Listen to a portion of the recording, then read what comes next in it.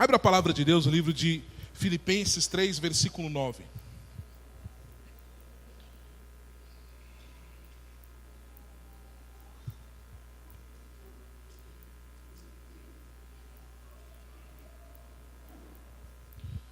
Filipenses 3, versículo 9.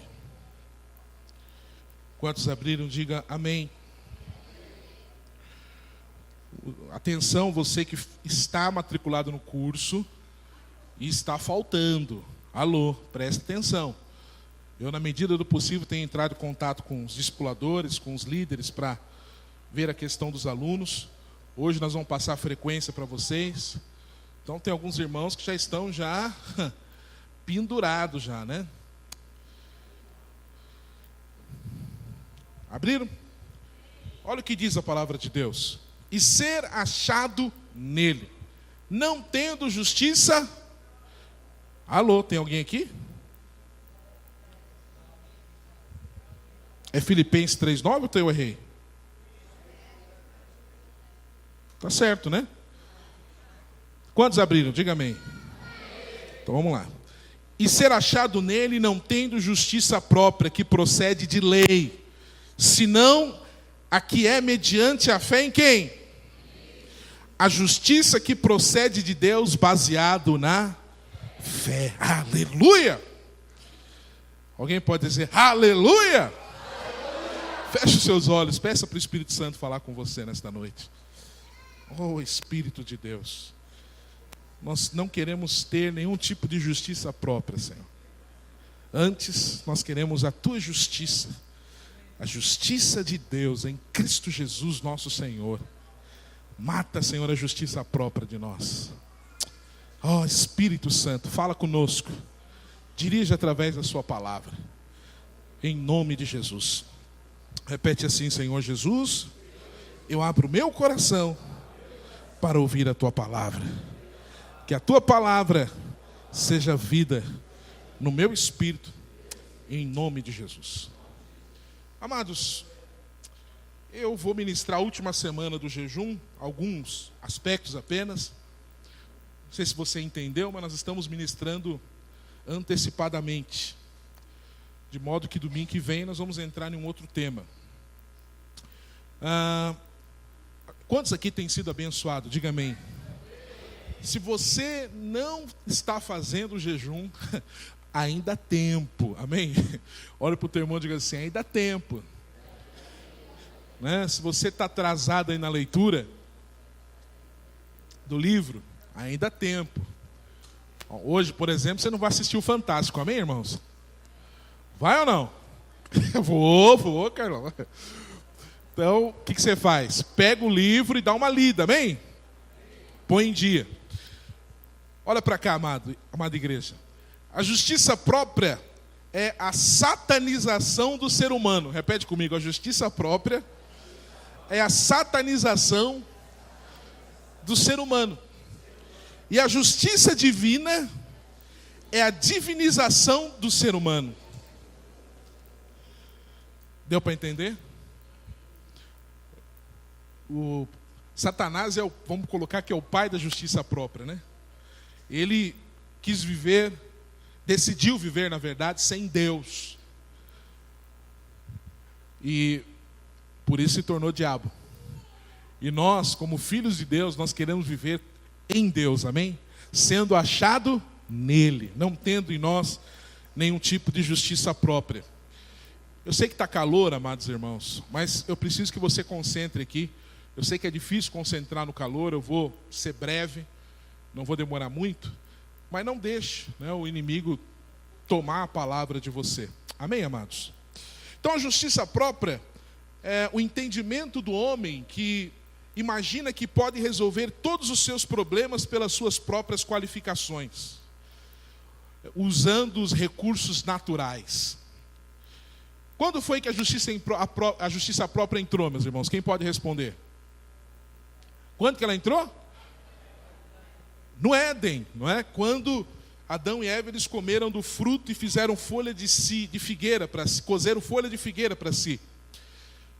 Quais as consequências da justiça própria, meus irmãos? Morte. Mas o que aconteceu de imediato? O resultado é morte. Mas o que aconteceu de imediato com eles? Os jovens estão lendo o livro? Ninguém responde aqui. Alô? Olha para cá, presta atenção. O que aconteceu de imediato? Condenação. Então eles olharam para si. Todos repetem assim: olhar para si. Outra coisa, o que eles fizeram? Eles se escondem. E também tiveram medo. Então a consequência da justiça própria é você olhar para si, se esconder, ter medo. E a pior consequência delas é que a justiça própria nos afasta de Deus. Vamos repetir: a justiça própria nos afasta de Deus. Sabe, presta atenção, é importante esclarecer isso. Olha, você é um ser espiritual, a qual Deus habita dentro de você, amém, meus irmãos? Nós fomos amalgamados em Cristo Jesus. Significa que Deus jamais sai de dentro de nós, porque nos tornamos uma só coisa, uma só pessoa em Cristo Jesus. O nosso espírito se uniu com o Espírito de Deus, é o que diz a palavra de Deus em Coríntios capítulo 3. Então isso é fato. Mas veja, a justiça própria, ela nos afasta da graça de Deus. Repete comigo: nos afasta da graça. Em outras palavras, nos afasta do favor de Deus na nossa vida. Olha, viver aqui nessa terra, filho, viver bem aqui nessa terra é uma questão de ter ou não o favor de Deus. Alô, ter ou não. Eu não estou discutindo se você é mais que vencedor ou não, porque legalmente falando, todos nós somos mais o quê? Que vencedores. Agora, uma coisa é ser mais que vencedor legalmente.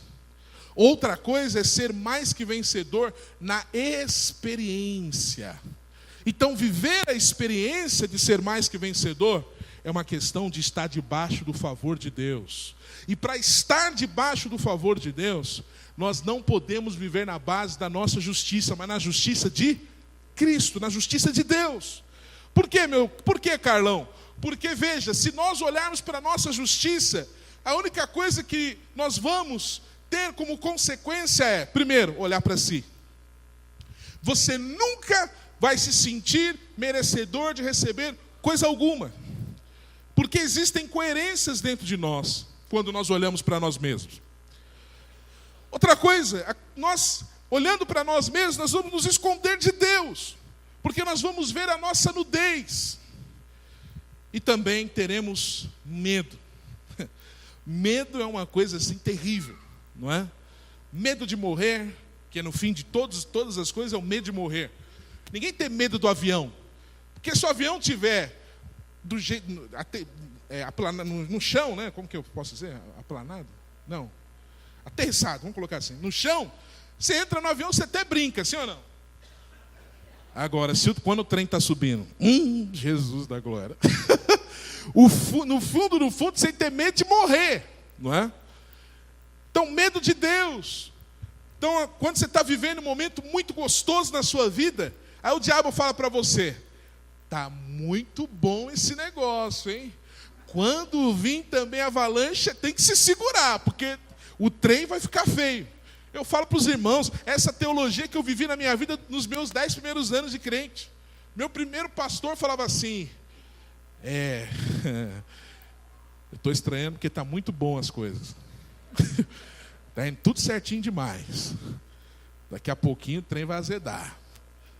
Então eu vivia assim. Quando eu vivia momentos maravilhosos, eu vivia com um misto de alegria e medo. Porque eu falava: nossa, o negócio está bom mesmo, mas daqui a pouco vai azedar. Então é assim que às vezes nós vivemos. Porque Adão e Eva se afastaram de Deus? Porque eles tiveram certeza que Deus iria matá-los, uma vez que eles pecaram, não é? Mas glória a Deus que o amor de Deus e a justiça de Deus se beijaram na cruz, amém, meus irmãos? E muito pelo contrário, nós recebemos a eternidade. E a nossa carne, porque herdou o pecado, recebeu a morte física. Vimos também que a justiça própria, ela pode sim desenvolver e crescer na nossa vida. Que coisa! Por um um lado, ela se desenvolve e cresce quando nós ficamos do lado negativo, da condenação. Então você se sente condenado. E detalhe, e isso praticamente todos os dias nós acordamos com um sentimento de condenação. E ainda que não fizemos nada durante a noite, dormimos, mas acordamos com um sentimento, algumas vezes, de condenação. Aí nós precisamos todos os dias declarar quem somos em Cristo, que nós temos o que a Bíblia diz que temos e que nós somos do que a Bíblia diz que somos. Por isso que você não pode negligenciar o declarar a palavra e a oração pelas manhãs. Você precisa reafirmar a sua identidade em Cristo, amém, meus irmãos? Mas talvez você fale assim: Carlão, eu não tenho mais esse vírus da condenação. Tá bom, mas a justiça própria, ela entra numa outra vertente, que é o merecimento.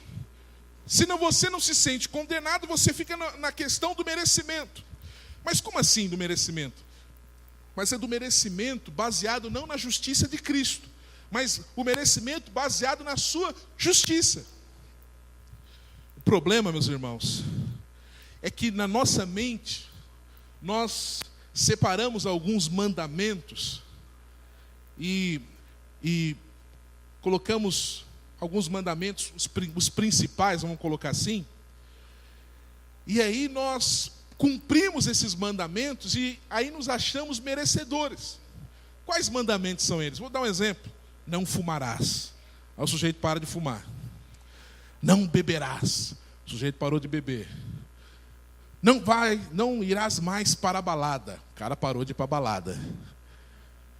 Mentirás só de vez em quando. Mente só de vez em quando.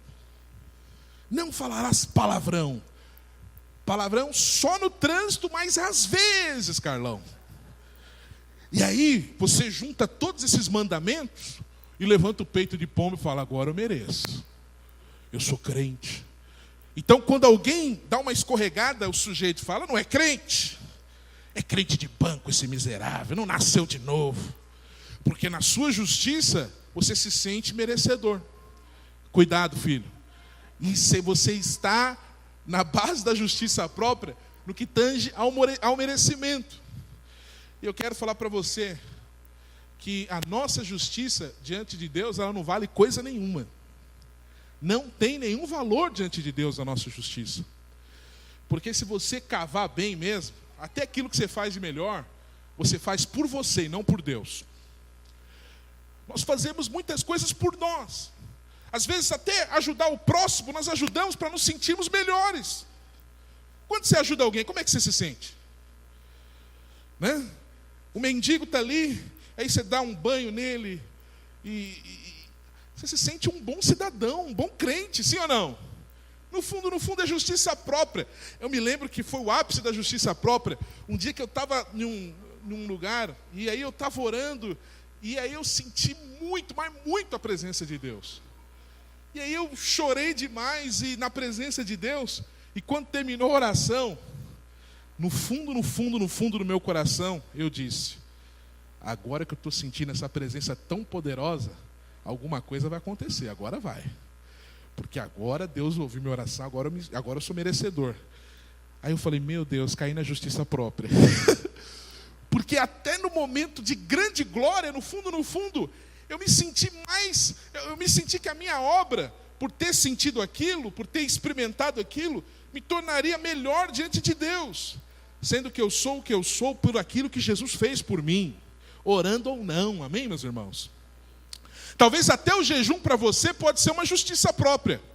Se você estiver jejuando, e você está jejuando, aí você cortou chocolate, refrigerante e um monte de coisa, aí você fala assim: agora o poder vai vir, agora a minha célula vai multiplicar.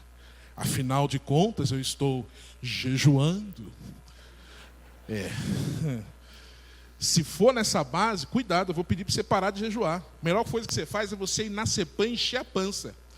E come bastante e fala: agora minha célula vai multiplicar. Não é porque eu jejuo, é porque Jesus é bom e a vontade dele prevalece. Pronto, faça isso.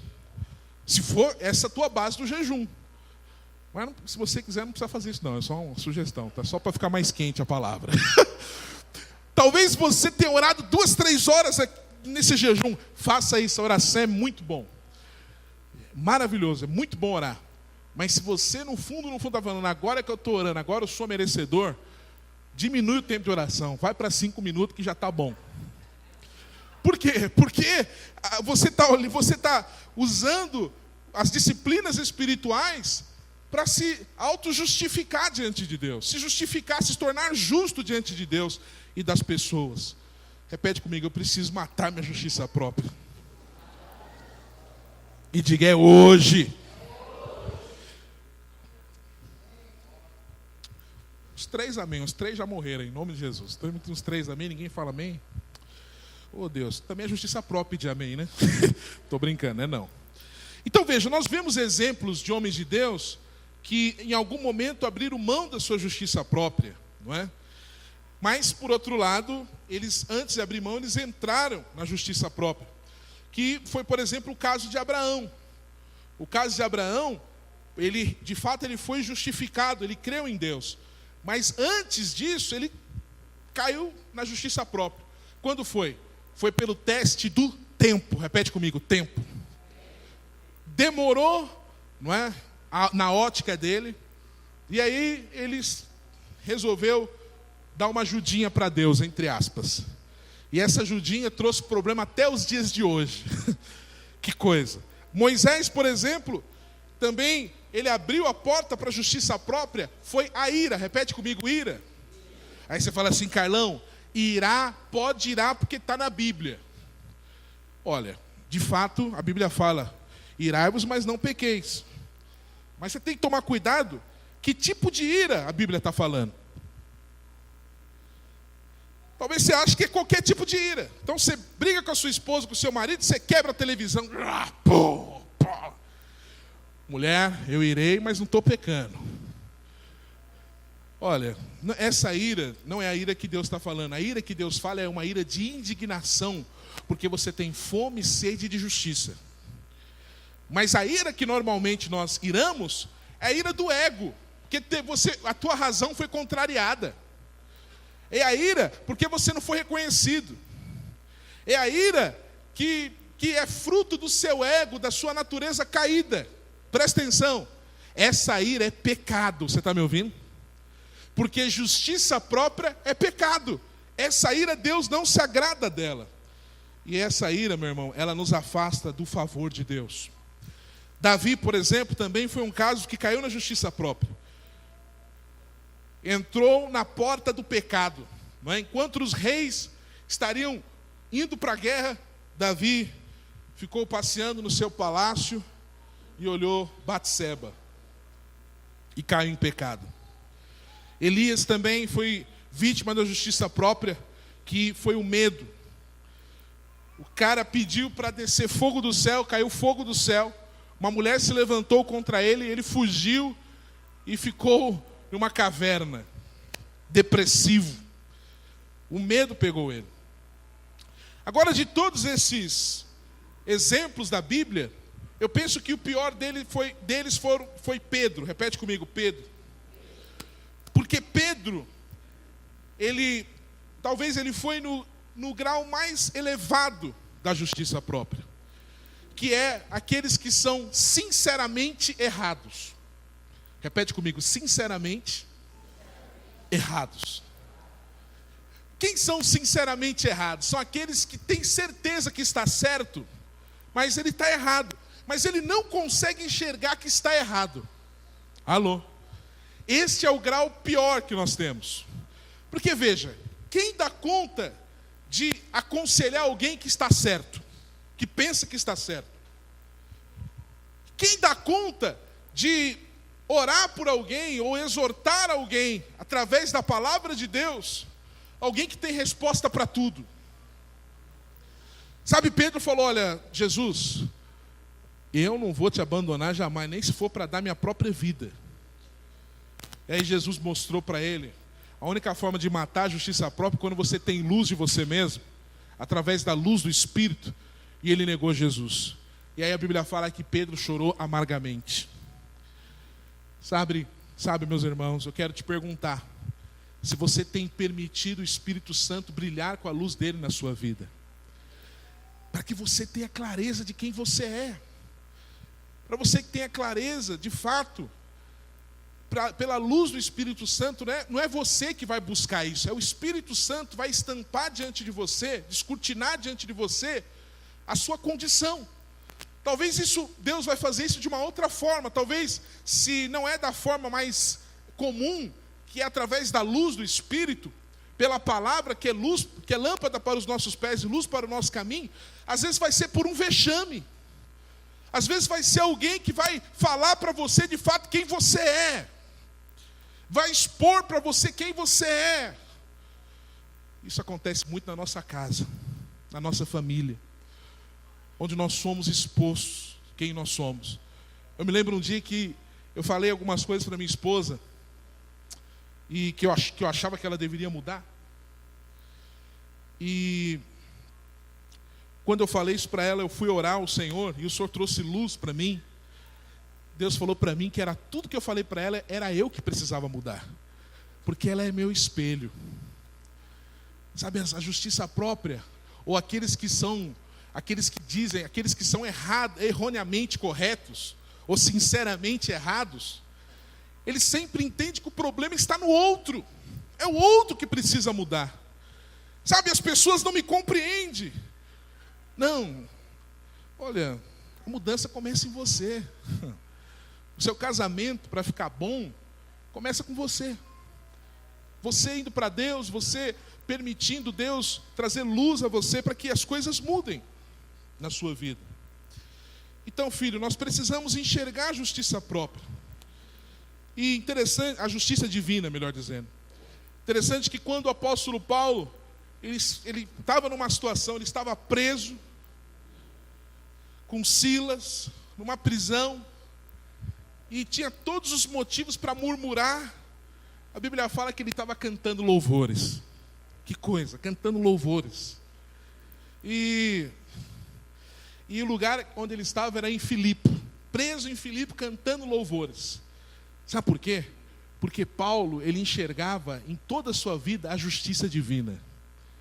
Quando nós somos embriagados pela justiça própria, a única coisa que nós enxergamos são os nossos erros.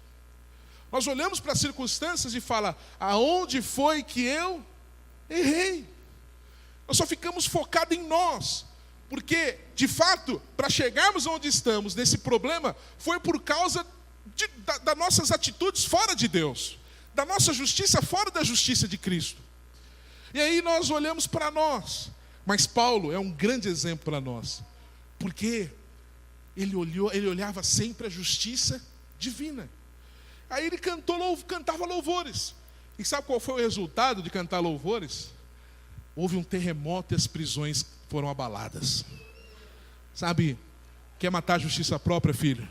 No meio das provas que você tem vivido, opressões, ou também momentos alegres, nunca perca o louvor da sua boca. Antes de qualquer coisa, o diabo ele quer tirar o louvor da sua boca. Muito cuidado.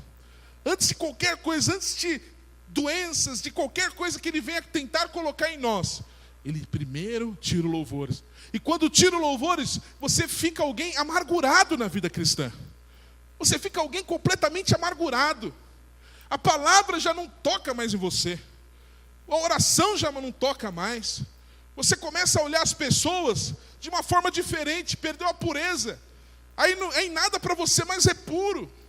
Você começa a julgar as pessoas conforme aquilo que você está sentindo. Então você começa a julgar as motivações das pessoas, porque a sua motivação está errada. Sabe, que nós possamos ser achados nele sem nenhuma justiça própria. E aí, filhos, o apóstolo Paulo, depois dessa experiência, ele escreve na Bíblia os versículos que mais nos toca, o versículo que mais mexe dentro de nós. Tudo posso naquele que me fortalece. Presta atenção, para ele chegar no tudo posso, ele teve que viver primeiro o nada posso. Antes do tudo posso, é o nada posso. Eu nada posso sem Deus. Eu não consigo vencer prisões sem Deus. Por isso que eu vou louvar aquele que é digno de todo louvor e toda adoração. E aí você fala, nossa, como é lindo essa palavra, esse versículo, tudo posso.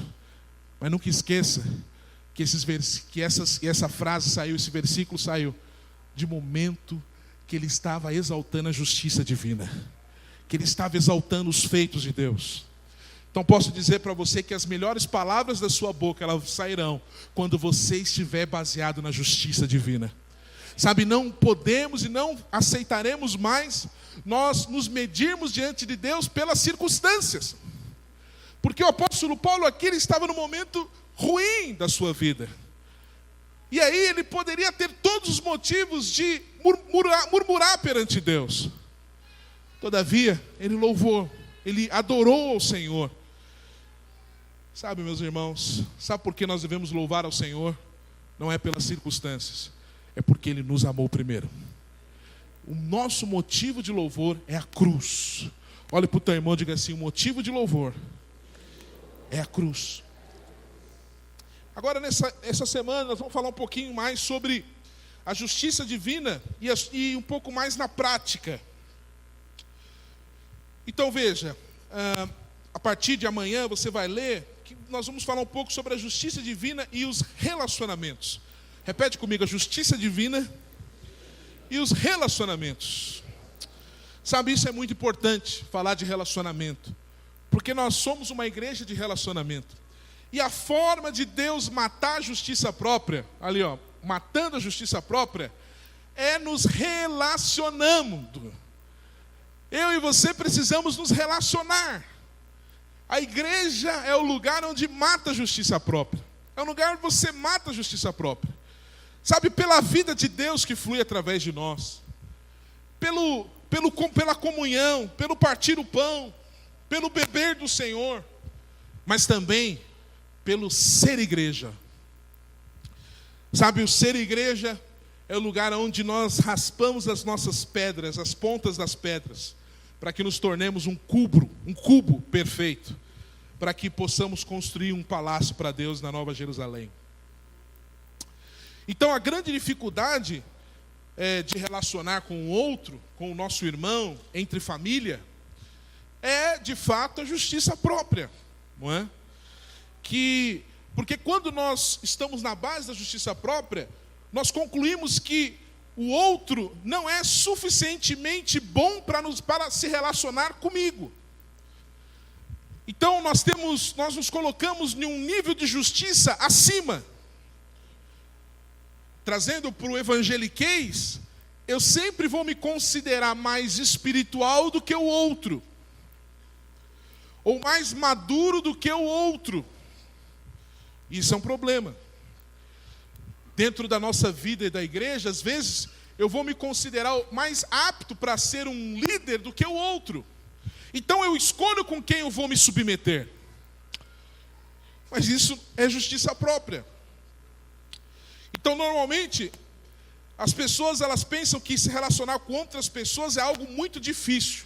E por ser algo muito difícil, qual que é a tendência? A nossa tendência é nos distanciar. Sabe, vivemos uma geração onde os relacionamentos entre as pessoas estão sendo trocados por relacionamentos entre animais, por exemplo. O que as pessoas dizem lá fora? E pasme, às vezes até na igreja. Rapidinho, eu estou terminando, fica sentadinho. O que dizem? Carlão, o verdadeiro amigo é meu animal, é meu cãozinho. Não é assim que diz? Que o cão é o melhor amigo do homem. O cão é o melhor amigo do homem. Mas por que é o teu melhor amigo?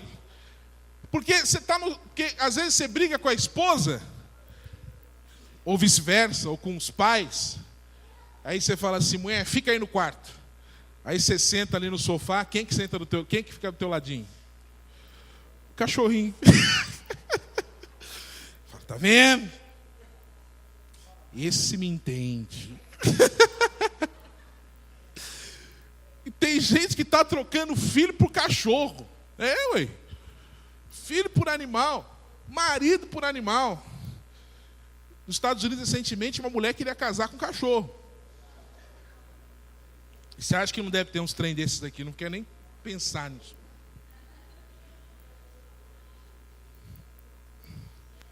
quê? Porque é fácil. Você fala assim, seu miserável de um cachorro, o que ele vai falar? Uau! O máximo é isso. E aí fica fácil você relacionar, né? Ele não fala quem verdadeiramente você é. Ele não toca na sua ferida. O máximo que ele faz é dar lambida. A grande dificuldade, né, de relacionar com pessoas é que julgamos pela nossa justiça. Agora veja, meus irmãos, olha para cá, presta atenção, vamos pensar em algo. Se eu que sou imperfeito, Deus me deu a possibilidade de relacionar com Ele que é perfeito, então você imagina que coisa. Nós que somos imperfeitos, tudo bem, mas agora imagine o lugar de Deus. Como que seria difícil para Deus, sendo Deus perfeito, e nós imperfeitos, e Ele desejar nos relacionar, e nos relaciona com a gente? Que coisa assim inconcebível. Um Deus perfeito se relacionar com alguém imperfeito. Talvez você pense assim, Carlão, é que eu dou muito trabalho para Deus. Mas eu quero dizer para você que não. Sabe por quê? Porque Deus, ao se relacionar comigo e com você, conosco, para Ele não existe nenhum tipo de dificuldade. Por isso que viver a vida cristã é viver a vida que Deus vive. E se você, presta atenção aqui, olha para mim, se você viver a vida que Deus vive, eu posso te garantir que você não vai ter problema de se relacionar com ninguém. Quantos aqui querem viver a vida que Deus vive? Olha que interessante. Primeiro, como que é a vida que Deus vive? E por que Deus vive muito bem comigo e com você, como diz o pastor Luiz? Muito bem e obrigado. Porque Ele não faz nenhum tipo de reivindicação conosco. Olha para o teu irmão e diga assim, Deus não faz nenhum tipo de reivindicação. A lei é uma reivindicação de Deus para o homem se relacionar com Ele. E a palavra de Deus afirma que Jesus cumpriu toda a lei no nosso lugar. Ora, se Jesus cumpriu toda a lei no nosso lugar, eu só preciso estar dentro dele. Se eu estou dentro de Cristo, eu também cumpri a lei. Amém, meus irmãos? Porque se tornou uma coisa só. Então, meu irmão, por que Deus se relaciona bem com você? Mesmo Ele sendo perfeito e eu e você sendo imperfeitos.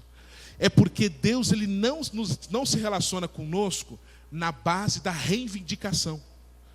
Ele não espera nada de você. Você está me ouvindo? Agora, por que temos problema de relacionamento? Porque nós nos relacionamos na base errada. Nós nos relacionamos na base o quê? Da reivindicação. Não é assim que acontece no casamento, meus irmãos? Quando existem brigas ou discussões, o que na verdade se joga uma lista de reivindicação do que você tem que fazer e deixou de fazer. Sim ou não, meus irmãos? Então você quer viver bem? Quantos querem viver bem? Não faça nenhum tipo de reivindicação. Por exemplo, Deus, na base da lei, ele reivindicava. Se você quiser, você tem que cumprir. E aí o homem, a lei só foi uma forma do homem entender que sem Deus ele não pode nada. Mas na base da graça, o que ele falou? Eu não vou pedir para você fazer isso porque eu sei que você não dá conta. Eu vou fazer no seu lugar. Então veja. Você é homem, você é o marido, né? Está cansado, chega do serviço. E aí a louça não está lavada. Talvez, se você chegar para sua esposa sem ouvi-la o que aconteceu, o trem vai azedar. Vai ou não vai, homens? Então a melhor coisa que você fazer é o quê? Lava a louça, meu irmão. Mata a reivindicação. Vai lá e lava a louça. E assim sucessivamente. Com a sua esposa, com o seu marido. Ao invés de você ficar gotejando na cabeça dele, meu irmão, sabe, vai lá e faça. Sirva o seu marido. Foi isso que Jesus fez por nós, fez ou não fez? Nós estamos aqui em graça, em liberdade, falando das coisas de Deus com muita tranquilidade, porque Ele fez por nós todas as coisas, meus irmãos. Ele fez por nós. Olha para o teu irmão e diga assim, Ele fez tudo por você.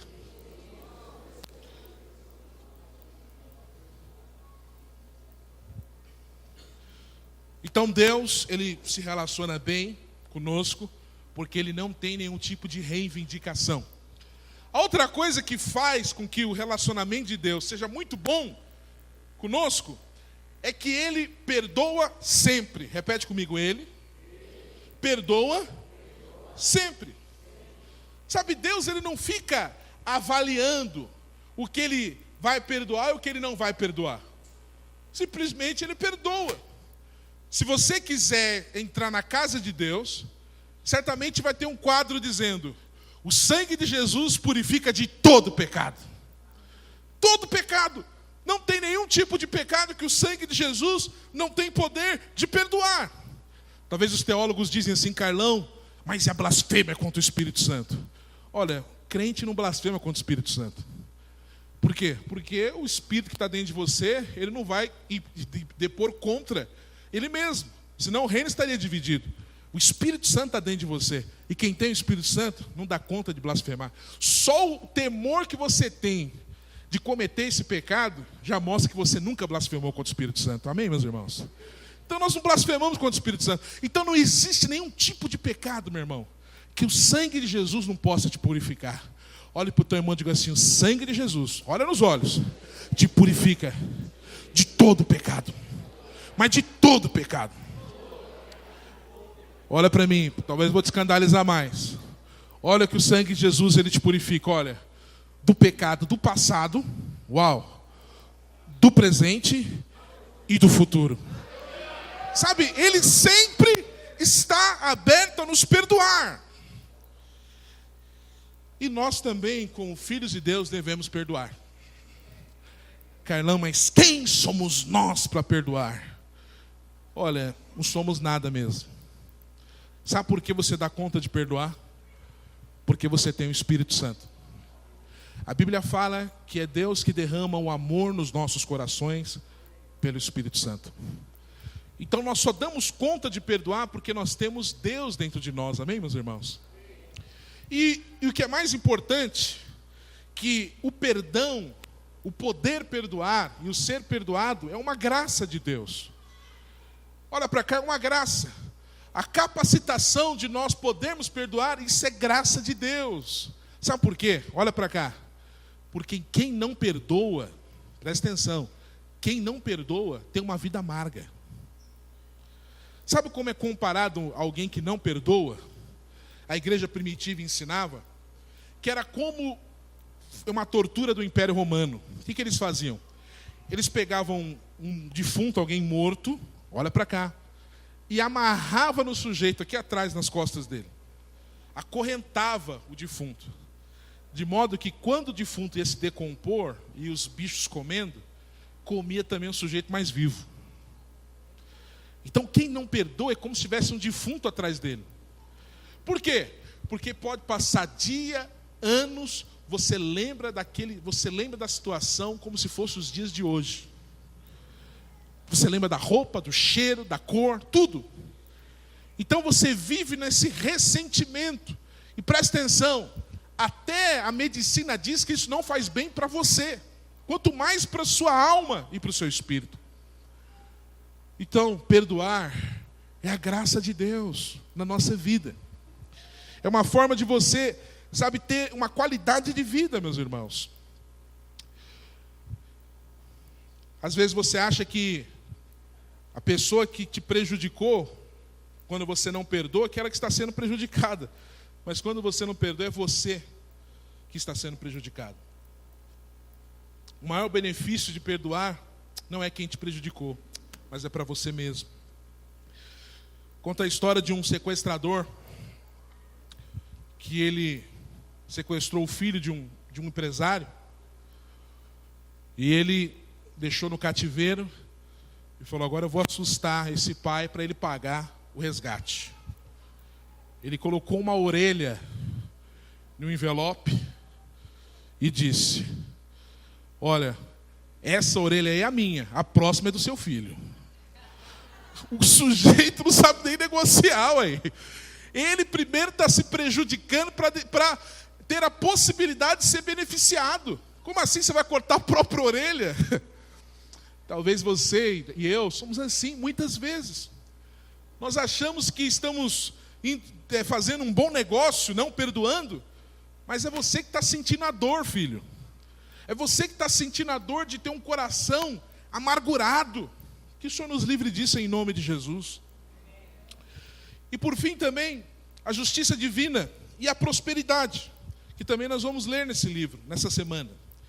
Sabe, a prosperidade, todos procuram, isso é bênção. Olha para o teu irmão e diga assim, isso é bênção. A vontade de Deus é que todos seus filhos sejam prósperos. Mas veja, nós precisamos aprender como a prosperidade funciona no reino dos céus. Uma vez que nós somos cidadãos do reino, amém, meus irmãos? Nós devemos viver como vive no reino de Deus. Então veja, no reino desse mundo, a condição ou a justiça própria para alguém ser próspero, a única prerrogativa é um muito trabalho. Então, trabalhe muito, estoure qualquer agenda, estoure a agenda com a sua família, estoure a agenda com a vida de Deus, com a igreja, mas trabalhe. Mas não é assim no reino de Deus. No reino de Deus nós trabalhamos, mas nós seremos bem-sucedidos por causa da justiça de Cristo. Porque nós já somos abençoados. Nós não trabalhamos para sermos abençoados, nós trabalhamos porque já somos abençoados. E aí você deve trabalhar até onde você tem condições de trabalhar. Aonde não, meu irmão, deixe que o Senhor trabalhe no seu lugar. Ele vai prosperar as obras das suas mãos. E aí o apóstolo Paulo chama isso de boa consciência. Então, o apóstolo Paulo ele ensina muito de nós crermos na palavra e termos uma boa consciência. O que significa isso? Olha, o crer você já sabe, mas ter uma boa consciência diante de Deus significa você colocar em prática aquilo que você crê. Então, quando nós colocamos em prática aquilo que nós cremos, nós temos uma boa consciência. Sabe, livre de toda acusação. Então veja, ponha nessa semana, ou continue pondo em prática, aquilo que você tem recebido nesses dias, meus irmãos. Sabe, nós não estamos aqui para aprender mais um tema de jejum. Nós estamos aqui para que o Senhor possa cavar dentro de nós e arrancar toda a justiça própria. E aí assim, fazendo assim, nós teremos uma boa consciência. Sabe, nós vamos viver uma vida sem pesos. Sabe, eu creio que nesse jejum Deus está tirando muitos entulhos de dentro de nós, amém? Deus está arrancando coisas de nós. Mas precisamos, de fato, continuar cooperando com isso. Então, filho, para encerrar, nessa última semana de jejum, não perca tempo, esteja focado na leitura. É muito sério que nós estamos falando nesses 21 dias, através da vida do pastor Wilson. É muito sério mesmo. Aqui é a resposta, feche os seus olhos, de muitas indagações que muitos têm feito diante de Deus. Porque não têm vivido uma vida de novidades, de bênçãos. Eu quero falar para você sem medo de errar, que o que tem paralisado muitos é a justiça própria. O que tem paralisado nos relacionamentos. Ao invés de você estar mais próximo, você está mais distante. Que tem te paralisado às vezes na célula, nas reuniões, nos cultos, o seu cristianismo, a sua vida espiritual. E o que nós precisamos é do poder de Deus para destruir a justiça própria. Só o poder de Deus nos liberta da justiça própria. Só Ele pode fazer isso. Só a glória de Deus em Cristo pode fazer isso. E eu quero orar pelos relacionamentos. Sabe, você que precisa avançar nos relacionamentos. Talvez você passou por experiências na sua vida negativas no que refere a relacionamentos. E isso para você trouxe muitos prejuízos. E hoje você tem dificuldade de confiar, de se entregar, de olhar o seu irmão com bons olhos. Sabe, querido, eu quero que você coloque a mão no seu coração. Sabe, se tiver qualquer tipo de mágoa no teu coração, ainda que seja uma sujeirinha, peça para o Senhor arrancar de você a justiça própria. Peça para o Espírito Santo arrancar. Sabe, que o Espírito Santo ele possa, nesta noite, entrar no mais profundo do seu coração e tirar de você toda razão. Agora, na hora de nós lutarmos por razão, reivindicarmos razão, peça ao Espírito Santo agora para ele sondar o teu coração. Talvez tem coisas que você não teve culpa. Talvez alguém te violentou, te humilhou. Você não teve culpa, mas ainda assim o amor de Cristo é derramado nos seus corações, e você pode perdoar essa pessoa em Cristo Jesus. Assim como aqueles homens que estavam crucificando a Jesus, e Jesus olhou para eles e disse, pedindo ao Pai que perdoa porque eles não sabem o que fazem. Que nós possamos nessa noite permitir que Deus mate toda a justiça própria de nós, em nome de Jesus. Meu orgulho me tirou do jardim, tua humildade colocou jardim em mim. Se eu vendesse tudo que tenho, em troca do amor eu falharia.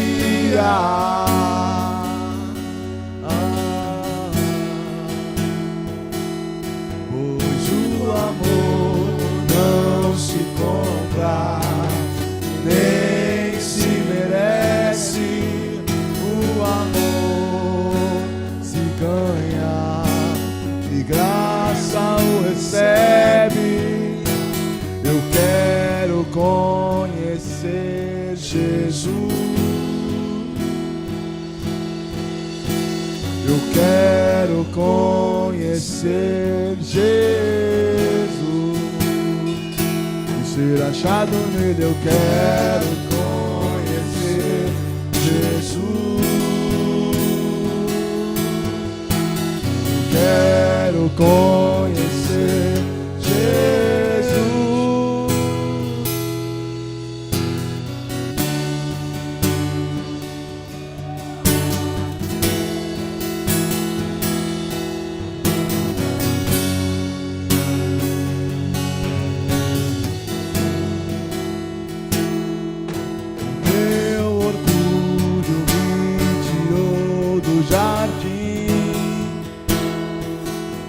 Tua humildade colocou jardim em mim. Se eu vendesse tudo que tenho, em troca do amor eu falharia.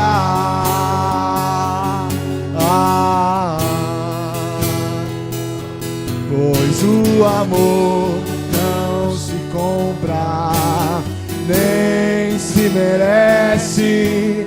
O amor se ganha, de graça o recebe. Eu quero conhecer Jesus. Eu quero conhecer Jesus.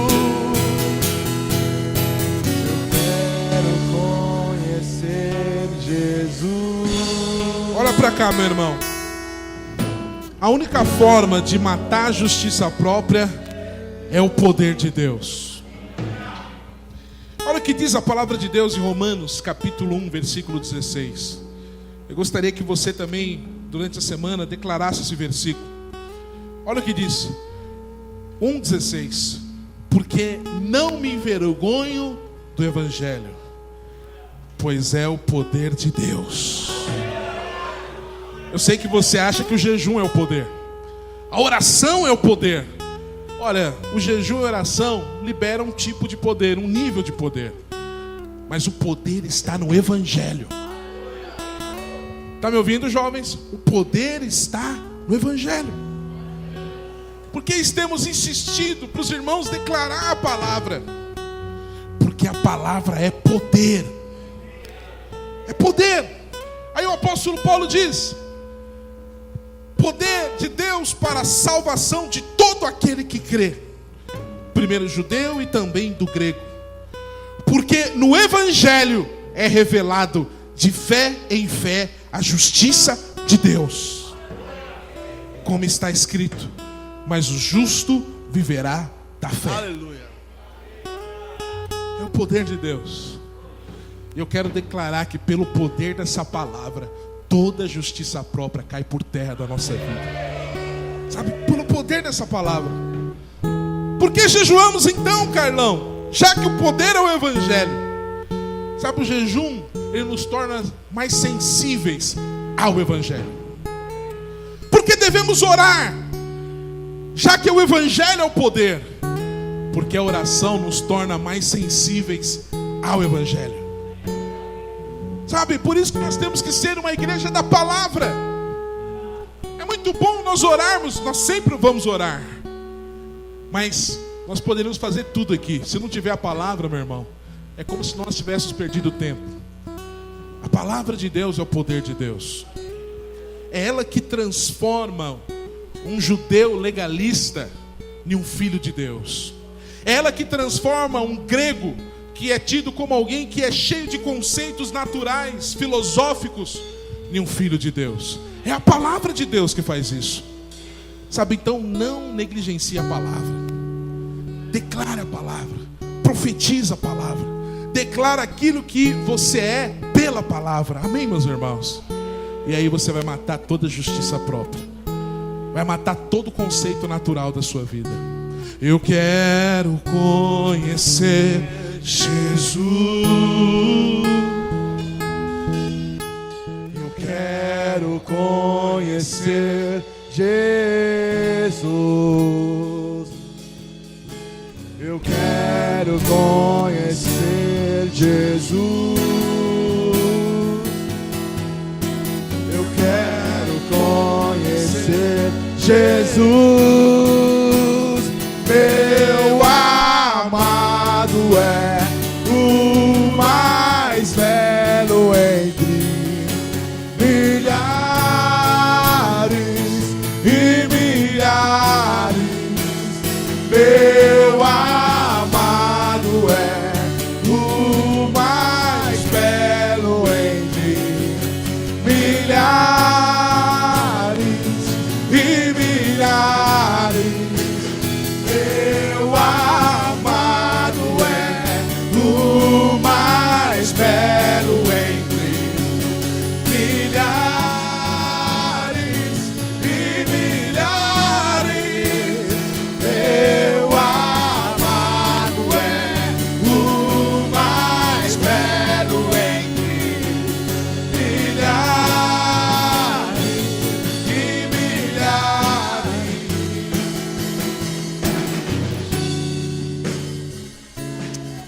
Aleluia. Aleluia. Levante sua mão direita e comece a proclamar a palavra de Deus na sua vida.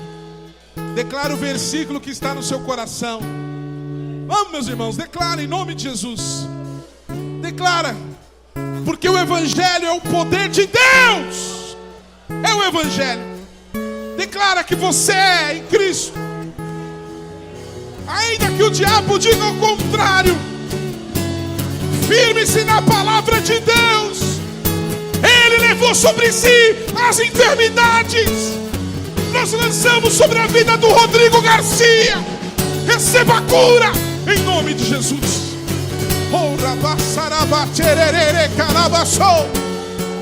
Nós cremos no milagre, no poder de Deus. O Evangelho é o poder. O Evangelho é o poder de Deus. O Evangelho é o poder de Deus. Portas de emprego abram-se agora, em nome de Jesus. Levanta dizimistas, ofertantes, sejam levantados, ó Deus. Eu profetizo coração generoso. Eu profetizo prosperidade financeira. Eu profetizo multiplicação financeira, pagamento de dívidas, em nome de Jesus. Em nome de Jesus. Células multiplicando, células crescendo. Tu é o mais belo entre milhares e milhares. Meu amado é o mais belo entre milhares e milhares. Repete assim: eu sou o que o Evangelho diz que eu sou. Eu tenho o que o Evangelho diz que eu tenho. Eu estou em Cristo, em nome de Jesus. Levante sua mão direita. Uma semana abençoada para você. Eu amo igrejar, eu amo essa igreja. Em nome de Jesus, uma semana de bênçãos, de muitas vitórias, em nome de Jesus. Você que veio nos visitar, sejam bem-vindos, em nome de Jesus. Dê um beijo, um abraço no seu irmão, dê um ósculo santo, diga que ele é uma bênção, diga que você o ama, profetize uma palavra de Deus na vida dele. Nós somos uma família, aleluia!